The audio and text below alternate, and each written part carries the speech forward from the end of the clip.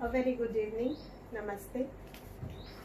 Today we are celebrating the 6th International Day of Yoga, but also we are facing a very pandemic of COVID-19 with lot of fear, anxiety, stress, workload. So we have to be very fit and we have to be boosted up with energy. Today I decided just to talk about some very important aspects of yoga. As we all are doctors, we know that there are sufficient evidences which exist to justify the testing the hypothesis that training in yoga and meditation, they can reduce the susceptibility to ARI illness. So yoga may play a very significant role in the psychosocial care and the rehabilitation of COVID-19 patients who are in quarantine or in isolation. At least they can help in removing our fear and anxiety. And in the same series, Ministry of Ayush, they have prepared the guidelines for the yoga professionals. They have prepared the yoga modules with the various objectives. There are very common yoga protocol is there, which are there in the YouTube. We can follow that. Their main objective was to improve the general immunity among the population, healthy population. Second objective was to reduce the disease susceptibility in high-risk population. And to add on, the third objective was they have introduced the interventions and meditation practice in COVID-19 cases. Those who are in isolation or those who are hospitalized for psychosocial care. Yes, but they don't have the respiratory distress or the problems. So they have prepared the common yoga protocol, and it is for 45 minutes, 20 minutes and 10 minutes. 45-minute module is for improving our physical, mental, emotional and spiritual health. 20 and 10 minutes modules, they are recommended for children, adults, youths and elderly population. And if you are following 20 and 10 minutes, that has to be done twice, that is in the morning and in the evening. And apart from the common yoga protocol, there is Jalaniti, Sutraniti, Bhastrika. They recommended once a week. And if possible, practice Yoga Nidra for 20 to 30 minutes twice or thrice a week. So if we go through there, we can find in the module, in each module, the yoga sessions start from the prayer and it ends with the Shanti part or Sankalp. Why prayer is needed? Prayer, before starting our yoga practice, we should close our eyes and pray. It acts as a tool to calm our mind. The prayer connects our heart with the divine. It transforms our emotions into the devotions. And it creates the environmental for the inward journey. We are going for the inward journey within ourselves. So it creates that environment. So after prayer, we have some loosening practicing where we have to go for neck bending, shoulder movements, trunk movement and the knee movement. So these are basically the warm-ups. So warm-ups, what are the do's? Basically today I just wanted to tell about the do's and don't of some asanas and pranayam. So what are the do's of warm-up? You move the joint as far as possible. But remember, do it slowly and with breath awareness. Don't, you have to remember, do not overstrain. Avoid this practice in case of severe joint pain and illness. So this warm-up is a way of preparing our body for the exercise. What happens when we do our warm-up? There is increase in the body temperature that loosen our joints for more flexibility and increase the blood flow to our muscles. So it produces less stress on joints and muscle, and it gives us time to prepare mentally for our workout. So this is very important. So first do the prayer, connect with the divine, then do the warm-up exercises, do all the movements of the all joints, and then you proceed for the yoga practice. So how to go for the yoga practice? Always we use our clean mat, that is very important. The room should be well ventilated and it should be clean, and it should be done in empty stomach, that is very important. And all exercise should be performed very slowly, gently, smoothly, and not to be taken to the point of exhaustion. As such, it is not required that we should exhaust ourselves. So there are yoga asanas. What we mean by asanas? Asanas are postures or pose. So the principle of yoga practice, it involves the adaptation and maintenance of a particular posture of the body, which is both steady and comfortable. So whatever posture we adapt, it has to be very steady and comfortable. And when we do this asana along with controlled breathing techniques, then it forms the basis of the yoga mind-body integration. So there are various type of asanas. We know asanas which are performed in standing posture, asana performed in sitting posture, asana performed while lying on stomach, and asana performed while lying on back.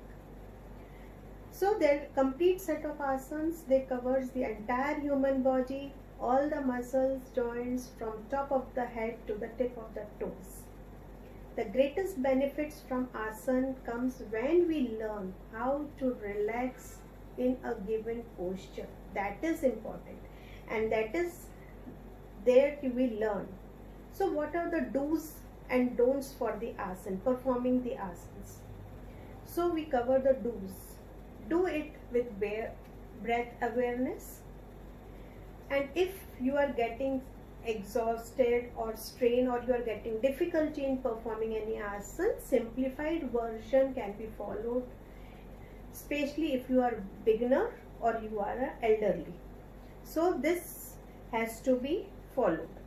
Don'ts for asanas: please avoid this practice in case of any cardiac disorder, abdominal hernia, inflammation and ulcer, gastric ulcers, any recent abdominal surgery, if you are suffering from vertigo. Hypertensive patients should bend with care. All inverted asanas should be avoided, or it should be done very carefully. Do not try to bend beyond the limit. Do not overdo the lateral stretch also. So these are the things that you have to remember while performing any asana. After performing all the asanas, we know all the benefits of the asanas.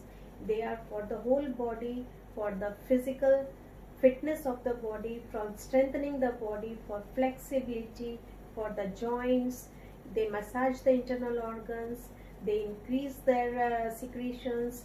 They are very helpful for our physical body. Then we go for some kriya like Kapalbhati. What is this? This is a breathing technique that involves active exhalation and passive inhalation. So ideally 40 to 60 strokes per minute should be performed. But the important thing is the contraindication. We should be aware of the contraindications before performing the Kapalbhati. If it is contraindicated in case of high or low BP, heart disease, hernia, if you are suffering from migraine and headache, not supposed to do Kapalbhati. Significant nose bleeding is there, detached retina, glaucoma, if there is history of stroke, if there is recent abdominal surgery. So in that case, we have to avoid Kapalbhati. Then comes the pranayam. Pranayam is like Anulom Vilom, alternate nostril breathing, we know, Ujjayi, no, Bhramri. These are all the different types of pranayam. What is pranayam? Basically, it is the science of proper breathing. We learn how to breathe. By doing or by practicing pranayam, we learn to increase our total lung capacity. And by doing specific pranayam, we can increase the flow of vital energy. Prana is vital energy. And by practicing, we can increase this vital energy and we can direct this vital energy to various organs that overall increase our immunity and overcome many of the physical ailments. So when we practice pranayam, it is very necessary that it should be practiced only after we have attained mastery in the asanas, because asanas, they helps to remove the blockade in the nadis, and when there is no blockage, then there is free flow of this vital energy.